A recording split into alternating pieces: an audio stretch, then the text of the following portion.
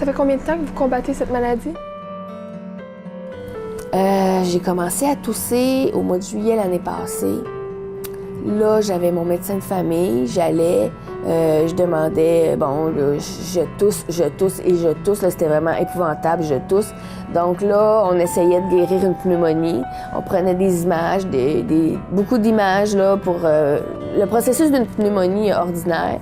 J'ai pris 3 antibiotiques. C'est ça, des images, radiographie. Ensuite, on est allé vers des scans. Puis ça débouchait à rien, finalement. Je suis allée à un examen de routine chez le dermatologue au mois de décembre. Puis là, il m'a dit « Tu dois absolument aller dans un hôpital spécialisé puis qui trouve qu'est-ce qui se passe. » Il m'a trouvé un rendez-vous au CHUM le lendemain matin. Et puis, c'est ce que j'ai fait. Je suis allée au CHUM et je suis ressortie de là en sachant que c'était vraiment pas une pneumonie. Puis, je dirais, ça, c'était le 10 ou le 12 décembre chez le dermatologue. Puis le 22 décembre, on m'annonçait là, que j'avais le cancer, multi-métastase. Je tombais en bas de ma chaise le 22 décembre. Le médecin, quand il t'annonce que tu as le cancer, il te dit pas c'est pas grave, c'est correct. Là. J'étais pas capable de poser la question est-ce que je vais mourir? Est-ce que j'étais incapable? Est-ce que combien de temps il reste? J'étais pas capable de le dire. Fait que je suis partie avec ça, puis je suis allée me reposer pendant le temps des fêtes. Puis après ça, là, ça a été vite. Une fois que les fêtes ont passé, là, au 5 janvier, ça s'est mis à déboucher. Là. Ma première chimio, c'était le 30 janvier. Puis après ça, 4 jours plus tard, ils ont trouvé ma thérapie ciblée pour le médicament Giotrif. Mais à l'époque, à ce moment-là, j'étais très malade. Le docteur a dit « Oh, c'est beau, là, t'as une belle... t'as un beau rapport qui dit que tout s'en va, ça va bien. » Là, je dis « Docteur Floresco, j'ai tellement mal, je suis tout le temps couchée, j'ai mal à la tête, blablabla. » Donc, là, on a fouillé plus loin pour se rendre compte que ça s'était transformé plutôt au cerveau. Donc, ça a muté vers là, la colonne. On s'est rendu compte, c'est ça, qu'il y a du liquide qui part du bas de ma colonne qui s'appelle la queue de cheval et qui monte jusqu'à ici, mon cerveau. Et puis ça, le médicament que je prends ne traite pas ça. Il y a un autre médicament qui s'appelle Tagrisso. Lui, 200 fois plus performant au cerveau que le Giotrif que je prenais au départ, qui allait très bien, qui a tout enlevé mon cancer du poumon. Donc, j'ai pris une prise de sang T90M.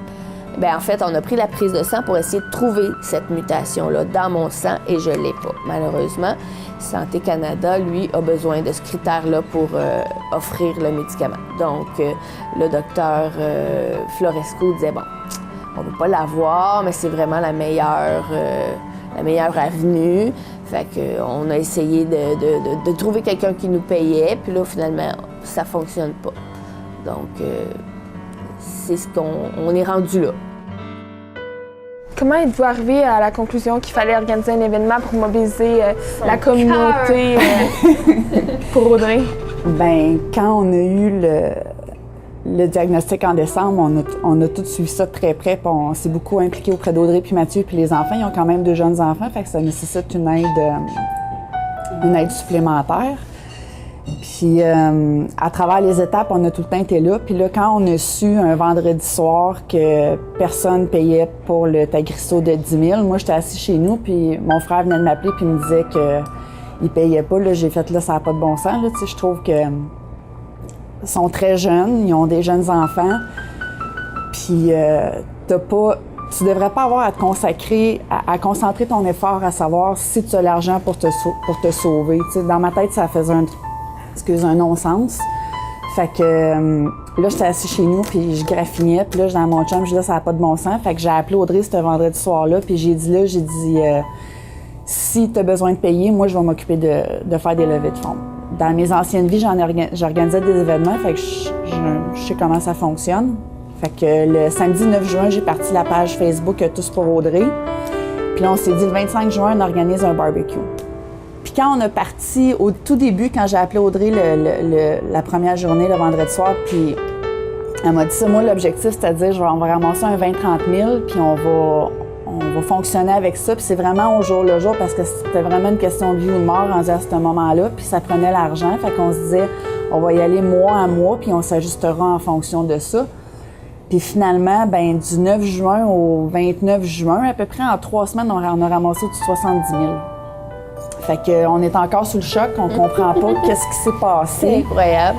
Puis c'est sûr qu'il y a une question de contact, puis j'ai été le chef d'orchestre dans tout ça, mais si les bénévoles sont pas là, si les gens de Beauharnois sont pas là, puis il y a beaucoup, la population de Beauharnois a donné en fou, mais il y a aussi beaucoup de gens d'extérieur qui ont participé, comme avec la campagne GoFundMe qui est encore sur Internet.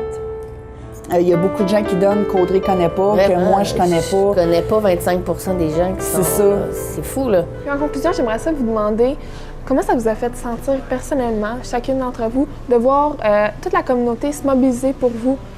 Qu'est-ce que ça vous a fait ressentir? Je suis pas capable de le décrire, vraiment pas capable. Je comprends pas.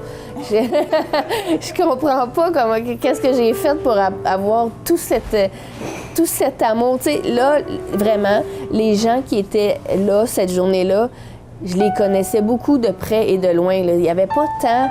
Bien, il y en avait là, des gens que je connaissais pas, là, mais il y en avait. Je pouvais pas aller voir si mes enfants allaient bien, partir d'ici puis me rendre là-bas en moins d'1 heure, là, parce que là, c'était merci d'être là, puis merci d'avoir donné, puis c'était des gens proches de moi, plus ou moins, tu sais, mais là, ils voulaient des nouvelles. Fait que là, je leur racontais ce qui s'était passé, puis comment ça allait, puis tout ça. Puis c'était incroyable. Moi, j'en reviens pas encore. Là. Je suis pas capable de l'expliquer, pas du tout, qu'est-ce qui s'est passé. C'était une vague d'amour gratuite. Là. J'en ai assez pour tout le reste de ma vie accumulée, je pense. Ouais, je flottais. Je sais pas comment... Je comprends pas. Vraiment, ça s'explique pas.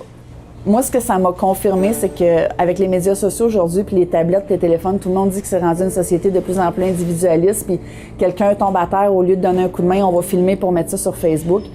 Bien, moi, ça m'aurait conforté là-dedans en disant qu'il y a encore des bonnes personnes, puis qu'encore, dans une communauté comme Beauharnois, on est capable de faire des grosses différences. T'sais, ce soir-là, là, ils se sont couchés, là, puis avec 42 000 $, pas dans le compte, là, mais qui s'en venaient. Ils ont 4 mois d'avance de traitement. On a aidé une famille directement, 2 petits-enfants avec Mathieu puis Audrey, à faire une différence dans leur vie au quotidien. T'sais, pour moi, ça, c'est...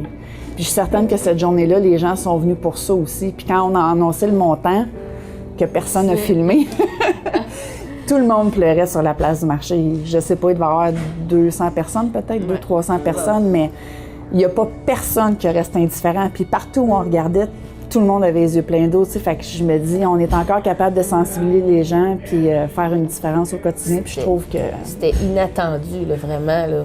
Ah ouais. T'aurais dit 20, là, t'aurais dit 27, là, bon, OK, 42. On s'est tout étouffé, ça n'avait pas de bon sens. Vraiment, là, c'était fou. Puis... c'est sûr que ça va aider, là. Puis moi, je suis tellement fière de dire que si jamais on en ramasse trop, là, parce qu'on ne sait pas. Peut-être que le mois prochain, finalement, j'aurais plus besoin de le payer, puis ou j'en aurais plus besoin, on va passer à une autre étape, peu importe. Là. On veut tellement redonner à quelqu'un qui n'a pas ma chance, qui n'a pas cet entourage-là, puis il n'y a pas Karine à côté d'elle pour ramasser tout ce montant-là. On en connaît, là, des gens qui ont dans la même situation que moi, mais qui vont mourir parce qu'ils n'ont pas le financement pour ça. Donc, on va aller cogner à la porte, on va aller dire, ben voilà, vous aviez besoin de 10 000 $.